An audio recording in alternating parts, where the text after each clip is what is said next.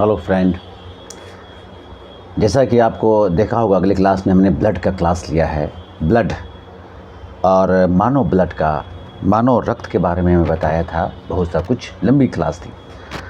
ये second class है blood का। कोशिश करेंगे कि एक दो क्लास में इसको ख़त्म करें। For competitive exam student, for aspirant और आम पब्लिक भी जानना चाहें तो ये बहुत जानकारी की चीज़ है। ब्लड जो है वो पूरे शरीर में का 8% भार हो लिए हुए है। ब्लड जो है इसका पीएच मान वो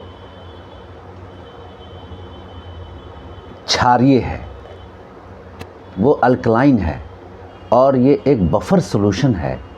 बफर सॉल्यूशन की वजह से लिक्विड कनेक्टिविटी ये उत्तक है और संयोजी उत्तक है ये, और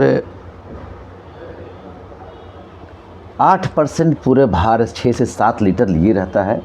और इसका पीएच मान बफर सॉल्यूशन के चलते ये चेंज नहीं करता है अपने स्टेट को, यानी ये अल्कलाइन से एसिडिक नहीं होता है, क्योंकि ये बफर सॉल्यूशन है। और ये ब्लड में शुगर और साल्ट यानी चीनी और नमक को मेंटेन रखता है। ब्लड में छन्ने से, अगर छन्नी में चाय की छन्नी कैसे होती है उसे छानते हैं तो जो प्लाज्मा है वो नीचे चला गया और जो छन्ने पत्र में रह गया उसको बोलेंगे आरबीसी, डब्ल्यूबीसी और प्लेटलेट्स। 3 भाग छन्ने में बच जाते हैं और प्लाज्मा अलग कर लेते हैं आप। तो प्लाज्मा है, और इस तरफ देखा जाए जो छन्ने पत्र में आया तो वो है आरबीसी, डब्ल्यूबीसी और प्लेटलेट्स। सबसे पहले हम आरबीसी के बारे में बताएंगे कि आरबीसी को रेड ब्लड कार्पसल्स ये है, इसको बायोलॉजिकल नेम में एंथ्रोसाइट बोलते हैं। और रेड ब्लड ही पूरे बॉडी में ऑक्सीजन जनरेट करती है, ऑक्सीजन को परिवहन कराती है, पहुंचाती है। और इसका लाल जो कलर है वो एक पिगमेंट है, फेरस के चलते यानी आयरन के चलते वो लाल कलर लिए रहता है। रेड ब्लड कार्पसल्स ये 120 दिन का इसका डेज होता है। इसका लाइफ जो है 120 दिन का होता है। और ये स्प्लीन में डेथ होता है इसका। जब पुरानी आरबीसी होती है 120 दिन के बाद पुरानी हो गई तो वो स्प्लीन जो बाएं साइड में पसली के नीचे और पेट के स्टमक के ऊपर स्प्लीन होता है, वहाँ पर ये इसका डेथ होता है। और आरबीसी ये कहाँ तैयार होता है तो शरीर के लंबी हड्डी जहाँ बोन मैरो होता है, आपने देखा होगा जो खाने वाले जो होते हैं मटन, उसके हड्डी के बीच में जो गूदा होता है ना, वो बोन मैरो है। उसी बोन मैरो में ये तैयार होता है, ये आरबीसी तैयार होता है। और सभी का तो रूट काउज तो लीवर है, पर वहाँ तैयार होता है ये शुरुआती दौर में वहाँ भी होता है। और वाइट ब्लड कार्पसल्स है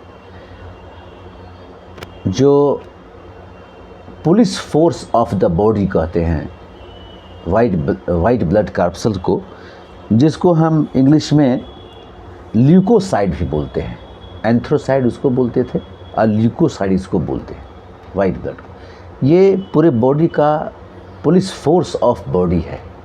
एलर्जी जब होती है तो इसकी निकलने की संख्या बढ़ जाती है और अपने जिस्म के, अपने शरीर के बैक्टीरिया और वायरस का अटैक होने पर ये काफ़ी उससे लड़ती है वाइट ब्लड कार्पसल्स।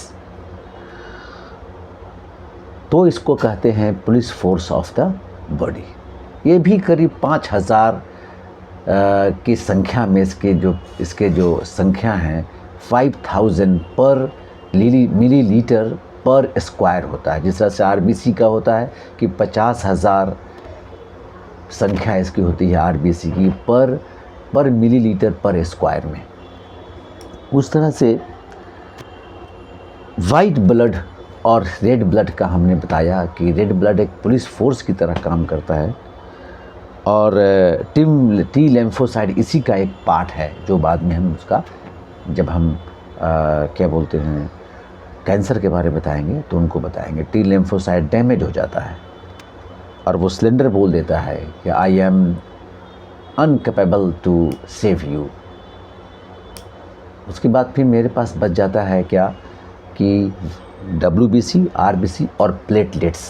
प्लेटलेट्स एक बिंबाणु है, रक्त बिंबाणु, एक कण है जिसमें डेंगू मच्छर काटने पर इसकी संख्या घटने लगती है। 3 लाख होना एक ज़रूरी है प्लेटलेट्स को, और डेंगू काटने के बाद जो एक क्यूमेक्स मच्छर है तेज़ी से इसकी संख्या घटती है। तो कई ट्रीटमेंट है इसके कि पपीता के पत्ते को पीस करके और बकरी के दूध को पीस करके, आपने सुना होगा कि डेंगू हो गया है तो लोग बकरी के दूध पी रहे हैं, उससे प्लेटलेट्स बढ़ते हैं। और मेरे चैनल को आप सब्सक्राइब कर लें ताकि लगातार क्लास जाएंगे हमारे, और फिर अगला क्लास में मैं बताता हूँ और जो भी बचा होगा प्लेटलेट्स के बारे में, या फिर कैसे हम ब्लड बैंक में ब्लड को रखते हैं, मेरे शरीर में ब्लड बैंक कैसे रहता है, वो सब बताएंगे। धन्यवाद।